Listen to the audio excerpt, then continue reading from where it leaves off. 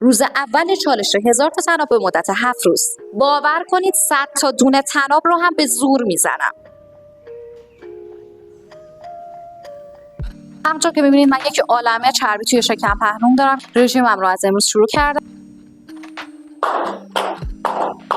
سطح اول اونقدر سخت نبود ولی طناب خورد پشت پام و سیاه شد.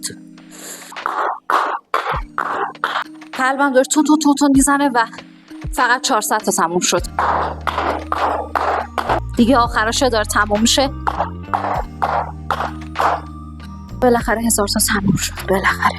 چرا انقدر چاق شدن راحته ولی لاغر شدن انقدر سخته. چطوری خوشگله؟ ندیدنت مشکله. سابسکرایب یادت نره.